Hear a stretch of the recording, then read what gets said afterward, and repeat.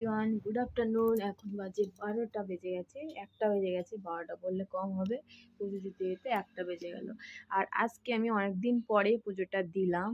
কেউ কেউ সবাই বলে আমি নাকি পুজোর অযোগ্য, পুজো দিলে আমার ঠাকুর প্রসাদ গ্রহণ করবেন না।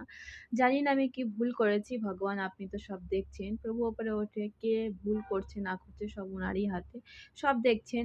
ইচ্ছা হলে প্রভু আমার মনে যেটুকু ভক্তি শ্রদ্ধা আছে সেটুকু যথাসঠিকভাবে আমি আপনার সেবা করব। যদি মনে হয় এই অভাগানির যোগ্য আপনার, তাহলে পুজো সেবা করবেন, তাহলে করবেন না। কিন্তু ঘরে যেহেতু রেখেছি সেহেতু মন মানে না, তার জন্য পুজোটা দিই। সেটা ভগবানের ওপর সব নির্ভর করে, জানি না কি করবেন। কপালে যা আছে সেটাই হবে। অথচ অনেক ভাগ্য নিয়ে এসেছি এই পৃথিবীতে। হয়তো বিধাতা যখন আমার বিধির লিখন লিখেছেন, হয়তো তখন কলমের কালিটা শেষ হয়ে গেছে, তার জন্য আমার ভাগ্যটা এমন।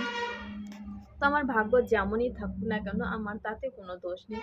বাস এইটুকুই চাই, যেন আমি যেভাবে এই দুনিয়াতে পাঠিয়েছেন, এই দুনিয়া যে সুখ যদি না দিতে পারেন, তাহলে আপনার কাছে ডেকে নিন, ওইখানে গিয়ে সেবা করব। এই মানুষদের সেবা করে কোনো লাভ নেই। আজকে তো একটা স্বামী গাছে একটা ফুল ফুটেছিল, সেই ফুলটাই বাবার মাথায় অর্পণ করেছি। হর হর মহাদেব। তো অনেকদিন ধরে পুজোটা দিলাম, বাস 15 দিন বাস হয়ে গেল, বাস মেয়েকে দিয়ে পুজো দিয়েছিলাম।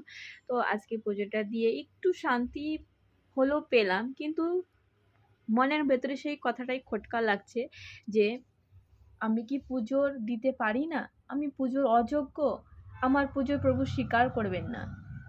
আচ্ছা প্রভু, আপনিই বলেন আমি এমন কি করেছি যে আমি আপনার যোগ্য না, আপনার সেবা করতে পারি না? সবটা আপনি দেখছেন। বাস এইটুকুই প্রার্থনা, বাস যে যত মানুষ যতই কষ্ট দিক না কেন, সহ্য করার ক্ষমতাটুকু দিও প্রভু, এইটুকুই মিনতি। রাধে রাধে।